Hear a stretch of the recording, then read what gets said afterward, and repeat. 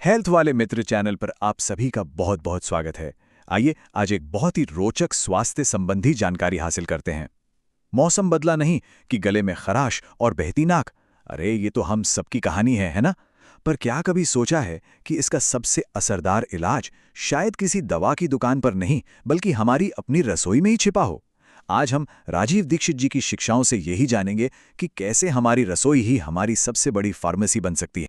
तो सवाल यही है, क्या ये सच में मुमकिन है कि जिन दवाओं के लिए हम इधर-उधर भागते हैं, वो असल में हमारे मसालों के डिब्बे में ही रखी हैं?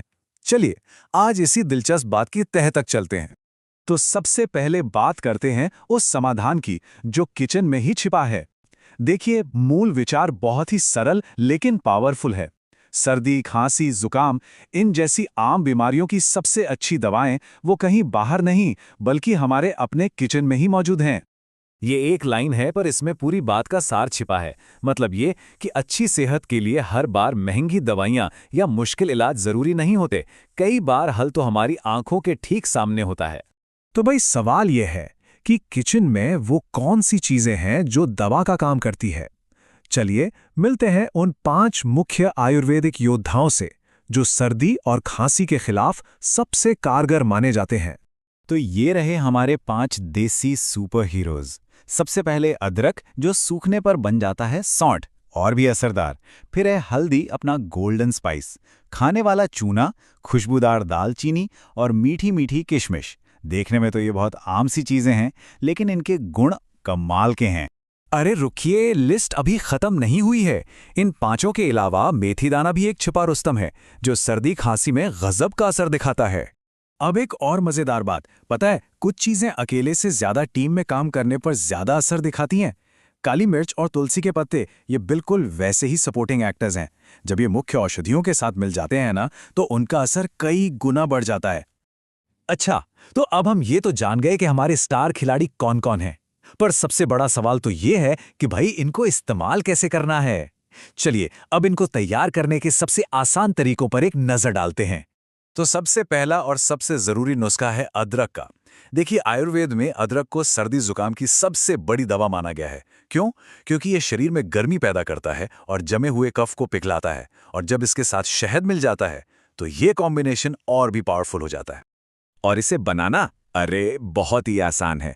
बस ताजे अदरक का रस निकाल लीजिए, उसमें थोड़ा सा शहद मिलाइए जो गले को भी आराम देगा, और पीने से ठीक पहले इसे हल्का सा बस गुनगुना कर लीजिए। ये एक क्लासिक और कभी फेल न होने वाला नुस्खा है। और सुनिए, अगर इस नुस्खे को और भी असरदार बनाना है, मतलब एक लेवल ऊपर ले जाना है, तो बस इसमें थोड़ा तुलसी का रस मिला दीजिए। तुलसी के जो एंटीबैक्टीरियल गुण है ना, वो इस मिश्रण को और भी ज्यादा शक्तिशाली बना देते हैं। अब आते हैं उस नुस्खे पर जो शायद हम सब ने अपनी दादी नानी से कभी न कभी जरूर सुना होगा, हल्दी वाला दूध। ये हजारों साल पुराना भारत का भरोसेमंद नुस्खा है। अब देखिए, इसे बनाने का सही तरीका समझना जरूरी है। हल्दी को दूध में डालकर उसे अच्छी तरह उबालना है। याद रखिए, सिर्फ गर्म दूध में हल्दी मिलाने से उतना फायदा नहीं होता। जब आप उसे उबालते हैं तब हल्दी के सारे औषधीय गुण दूध में आ जाते हैं, और इसे रात में पीना सबसे अच्छा माना जाता है ताकि ये पूरी रात अपना काम कर सके। अच्छा, अब कई लोग दूध नहीं पीते या पसंद नहीं करते, तो क्या करें? कोई दिक्कत नहीं। इन घरेलू नुस्खों की यही तो खूबसूरती है। आप हल्दी को पानी के साथ भी बिल्कुल वैसे ही उबालकर पी सकते हैं। असर लगभग उतना ही मिलेगा। ठीक है, नुस्खे तो हमने जान लिए, पर कुछ बहुत जरूरी सवाल अभी भी बाकी हैं। जैसे कितना लेना है, शहद न हो तो क्या करें, और क्या इसका कोई साइड इफेक्ट भी है। चलिए अब इन सभी जरूरी बातों को भी फटाफट समझ लेते हैं। तो सबसे पहले मात्रा यानी डोसेज की बात करते हैं। आयुर्वेद में सही मात्रा बहुत मायने रखती है। तो याद रखिए, किसी भी मिश्रण की एक बार की खुराक 1 चम्मच से ज्यादा नहीं होनी चाहिए। जी हां, सिर्फ 1 चम्मच। यहां कम ही असरदार है वाला नियम काम करता है।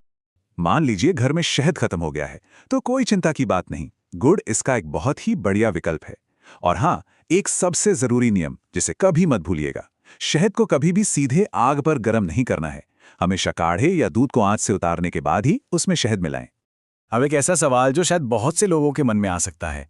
स्रोत में किसी ने पूछा कि जुकाम तो ठीक हो गया, लेकिन मुझे दिन भर बड़ी चिड़चिड़ाहट रही। क्या ये नुस्खा ब्लड प्रेशर बढ़ाता है? और एक बहुत ही वाजिब सवाल है।